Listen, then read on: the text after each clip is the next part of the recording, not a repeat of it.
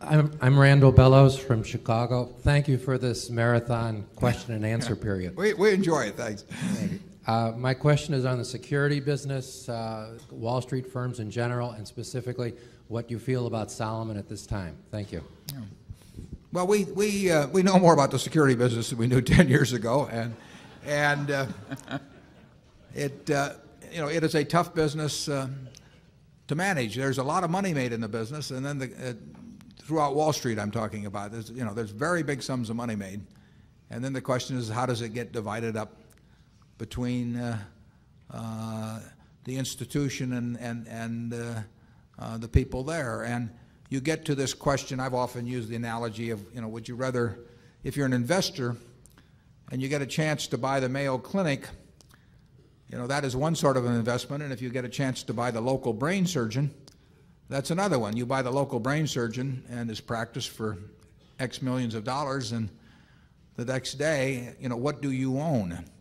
And if you're buying the local brain surgeon, you would not pay any real multiple of earnings, because he's going to have this revelation several days later that it's really him and not you there with your little stock certificate that's producing the earnings, and it's his reputation. And he doesn't care. Imagine Berkshire Hathaway advertising brain surgery, how much business we would do. So he owns the business even though you've got the stock certificate. Now, if you go to the Mayo Clinic, no one can name the name of anybody at the Mayo Clinic unless you live within 10 miles of Rochester.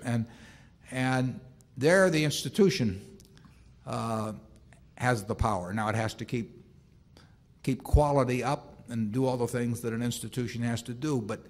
But whoever owns the Mayo Clinic has an asset that is independent of the attitude of any one person in the place the next day. Wall Street has a mix of both, and there's some businesses that are more where the value resides more in the institution, and there's some where the value resides more in the individuals. We've got a couple of sensational people running Salomon, and they wrestle with this problem as they go along, and they seem to be wrestling considerably more successfully currently than was the case close to a year ago.